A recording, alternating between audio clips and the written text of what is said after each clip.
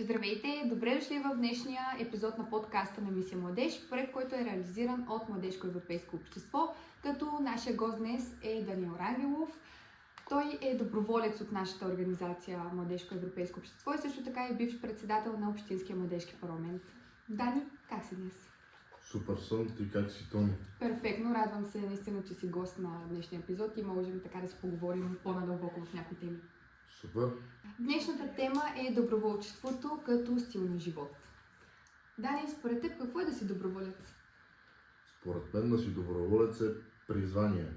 Първо, защото много малко младежи днес, поне в моя град, забелязвам, че се занимават с доброволчески дейности или доброволчески инициативи.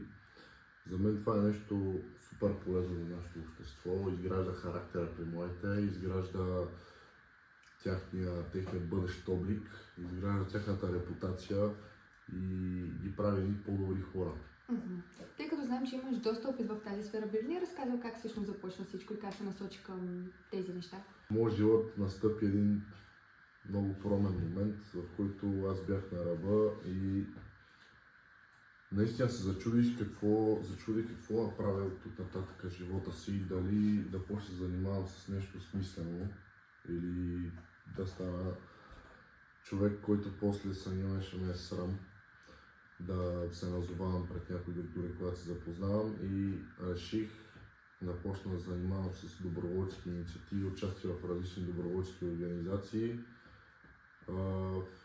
Като това нещо много ми изгради като личност, много ми помогна за абсолютно всичко. Помогна ми да намеря нови приятели, помогна ми да опознавам повече обществения живот, накараме да бъда по-активен гражданин. Направим по-добър човек, направим човек, който когато се погледне в огледалото е щастлив със себе си, щастлив какво е постигнал предишния ден, а не човек, който просто живее ден за ден, без нищо съществено се случва в неговото ежедневие, в неговия живот като цяло. И просто много чувствително нещо за мен, нещо, което ще го помня цял живот, защото това е едно от най-важните неща, които ми се случва. Тъй като ти ни даде малко предистория, може да ни разкажеш повече за вдъхновяващите моменти и хора в твоя живот, които са били налични? Вдъхновяващи моменти мога да посоча, когато сме правили инициативи с различни организации, в частност с Младежкия парламент. Най-любими са ми били тези инициативи, в които сме помагали директно на хората, чрез различни доброволчески кампании, като даряване на топли напитки, ако щете, през зимата, на подаръци за различни празници. Дори се сещам за инициатива за подаряване на рози по време на 8 март, празника на жената, майката, бабата и така нататък. Просто самите усмивки, които виждаме на хората, когато те получат нещо, когато го получат безвъзмездно от млади хора, които го правят с идея да зарадват някой друг. Усмивката, която виждаш на този човек, на неговото лице, това е безценно, струва повече от всички пари на земята. Други инициативи, които също съм правил в други пространства, са даряването на храни на хора в нужда. Това е нещо безценно. Да, наистина, когато направиш нещо за един човек добро, той наистина ще те запомни. Хората, които имат нужда от подкрепа, от близки хора, дори от храна, същественото нещо, заради което сме направили тази инициатива, когато ти им помогнеш, когато си поговориш 5-10 минути с тях, когато им... Просто самата идея, когато подариш на възрастни хора някакви неща като хранителни продукти, някакви неща, от които те се нуждаят, и когато видиш тяхното изражение, то е безценно. Да, наистина така и съгласна съм. Възрастните хора повечето пъти оценяват по-малките неща, отколкото по-младите. Какво според теб, между другото, е да си доброволец? Между време, с какво подпомага доброволчеството? Какво подпомага? Първото нещо, което най-много подпомага, е идеята, самото желание в теб самия. Желанието да помогнеш, желанието да го направиш без да изискваш някакво благодетелство, било то финансово, било то някаква подкрепа или нещо, което би ти дошло в замяна на това нещо. Да. Просто нещо, което да ти идва отвътре, да искаш да го направиш със сърцето си, без да искаш да има някакви бенефити за тебе. Идеята да помагаш на хората. Да, Това съгласна съм, да. това е в основата. Доста хора в днешното общество така постъпват към доброволчеството, защото си мислят, че може би другите ще гледат по по-различен начин на тях.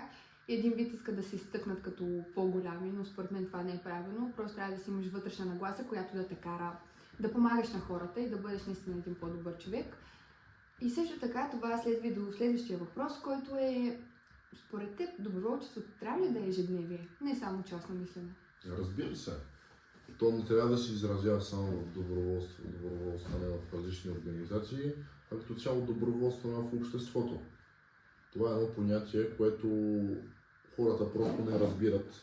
И под доброволстване в обществото няма предвид да ходиш с бокучийския камион да събираш бокуци. Например, когато видиш, че има камък на пътното платно, защото аз съм шофьор, просто да станеш, да го преместиш, да свършиш нуждото, когато възрастен човек се опита да пресече или когато му е трудно да носи някакви чанти хранителни или нещо друго, каквото и да е било, да помогнеш. Нещо, което изисква минимални усилия, но би направил някой човек щастлив.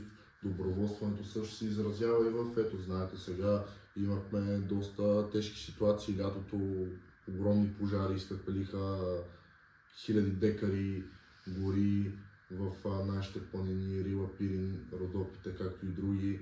Дания, какво би казал на младите хора, които искат да се вземат с такива неща и да станат част от такива организации и издружения? Ами бих им казал да го направят, защото с това те ще помогнат първо на себе си и след това на всички останали, на своите приятели, на познати, на семейството си, защото това е една малка крачка към един много голям поход, който всички ние трябва да поемаме, не само в участие в различни организации, а просто доброволстване в ежедневието ни с абсолютно всичко. Когато в една компания едно момче започне първо да се занимава с доброволчески инициативи, дали също момиче, аз съм напълно убеден, че неговите приятели ще последват примера или нейните приятелки, защото по този начин ти привличаш приятелския си кръг към теб, когато те видят, че ти правиш нещо смислено, нещо хубаво. Те разбира се, че ще го харесат, ако намерят смисъл в това, те също ще намерят смисъл и да прекарват хубаво време с теб като приятел и мисля, че ще им бъде много от полза. Съгласна съм, да. Харесвам твоя менталитет на мислене и наистина ти благодаря, че днес беше наш гост. Благодаря ти за смисления разговор, който проведохме и за обменения опит, който разказа и на тях, и на нас, и на мен. Благодаря ти наистина и вас ще ви очакваме в следващия епизод на подкаста. Благодаря и аз и искам да благодаря също за поканата Разбира се. на вас като представител от Младежко европейско общество и за прекрасния проект Мисия Младеж, който чрез своите цели се стреми да подтикне младежите към участие, активно гражданско участие, доброволстване, различни хубави инициативи и просто да направи българските младежи ни по-добри хора. Благодарим ви.